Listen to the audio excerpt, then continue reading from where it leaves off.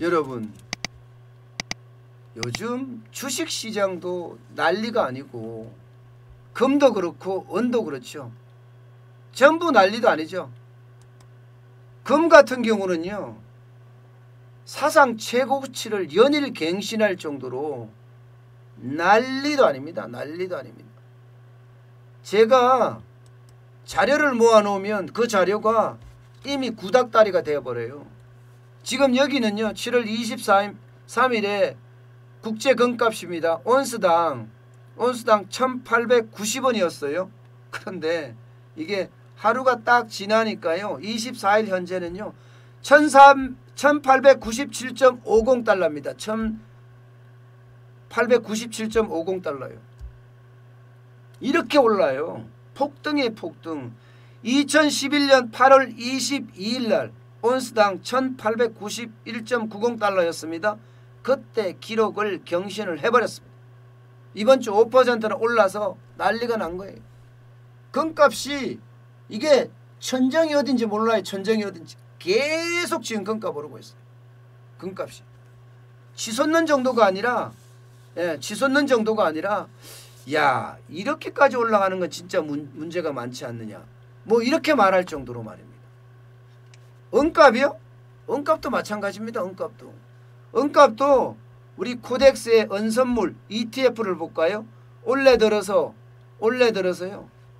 어제까지로 봐야 되나요? 토요일까지 보면 22.10% 올랐습니다. 22.10%. 신한은행의 은선물 ETN 상장지수 정권 같은 경우는 23.07% 올랐고요. 심지어 말입니다. 심지어 올해 들어서잖아요.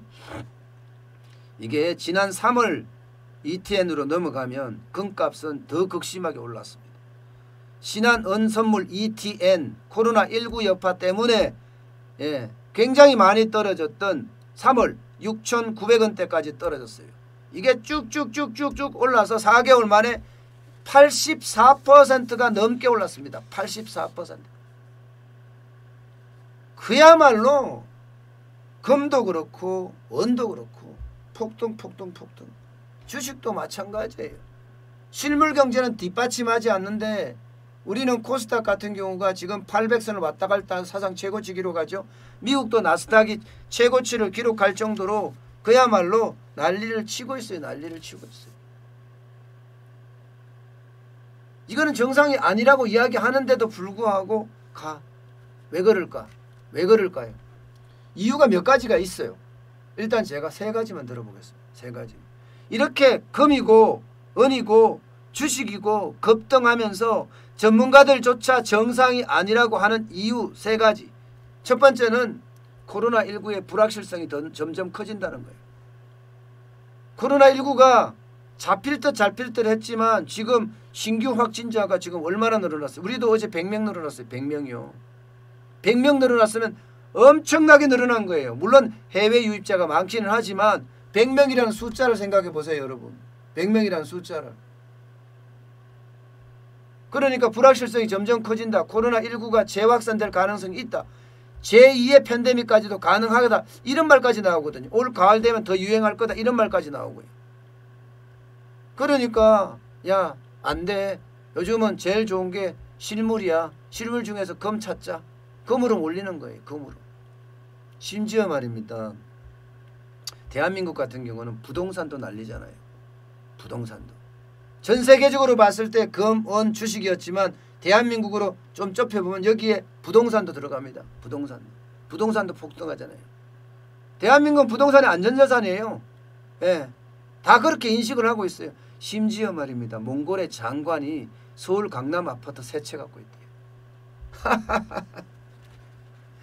참 그 정도입니다. 그 정도. 그 정도로 시장 자체가 난리가 아니에요. 이 코로나19라는 놈이 실물에 대한 선호도를 굉장히 높여놨기 때문에 이게 첫 번째입니다. 두 번째, 미국, 중국이 지금 싸우고 난리를 치고 있죠. 영사관 폐쇄를 맞바꾸고 있습니다. 한쪽은 미국은 휴스톤에 있는 중국 총영사관 폐쇄키로 결정을 해갖고 폐쇄했죠. 또 중국은 청두에 있는 미국 총영사관 폐쇄하기로 결정을 했습니다. 갈등의 골이 점점 커지고 더 심각해질 가능성이 많다 이런 이야기까지 나오니까 이게 어쩔 수 없이 불확실성이 커진다 이런 이야기입니다. 불확실성이 커진다. 불확실성이 커진다는 것은요 현물로 몰릴 수밖에 없어요. 세 번째는 뭐 간단합니다. 정부에 대한 불신이 정부에 대한 정책 불신이 너무 크기 때문에 거기서 오는 어떤 불확실성이 굉장히 크다는 거예요. 지금 부동산 정책이 여러분 어디로 갈지 아무도 모릅니다. 부동산 정책이 어디로 갈지. 예, 워낙 그냥 이렇게 할게요. 떠버려 놔서요. 아니 뭐 심지어 수도 이전하고 공공기관 이전하고 100개 공공기관을 이전한다면서요. 그렇게 난리를 치는데 도대체 부동산 정책이 어디로 갈지 누가 알겠습니까? 누가 알겠어요. 예. 그러니까 그 정부 정책에 대한 불확실성이 점점 커지기 때문에 금값이나 은값이나 주식은 올라갈 수밖에 없어요. 저는 주식이 계속 올라간다고 생각을 하지 않지만 금은요 우리도 보면요 야 이게 가격이 장난이 아닙니다. 보세요. 예, 우리 금값이 그람당 73,293.98입니다. 얼마나 많이 올라갔어요. 사상 최고치입니다. 이것도 사상 최고치. 은값은 말할 것도 없고 제가 여러분 문재인 정부 들어서서 시간이 그렇게 많이 지나지 않았을 때 그런 이야기를 말씀을 드렸습니다. 종로에 가면 검은빵들이 쫙 널려있는 곳이 있어요. 검은빵들이. 거기에 와서요. 트럭을 갖다 놓고 금을 사고 은을 사더라. 그런 이야기 말씀을 드렸죠. 근데 그게 진짜였거든요. 근데 그때 금을 산 사람들은요. 지금 은 산 사람들은 거의 85% 90% 먹었고요. 금 산 사람도 적어도 50% 60%까지 벌었습니다.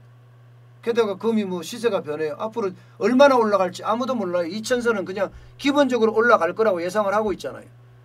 야 2000선은요. 2000선은 아마 다음 주에 돌파한다. 오늘 일요일이니까 이번 주네요. 이번 주에 돌파한다고 이야기할 정도로 2000선은 올라갈 거라고 해요. 심지어 뱅크 오브 아메리카 같은 경우는요.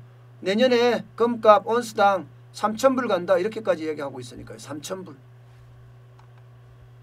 그러니까 시장 자체가 지금 불확실성이 너무 커요. 시장이 어디로 굴러갈지 그 어느 누구도 지금 예측하지 못한다. 이렇게 지금 보고 있는 것 같아요. 이렇게요.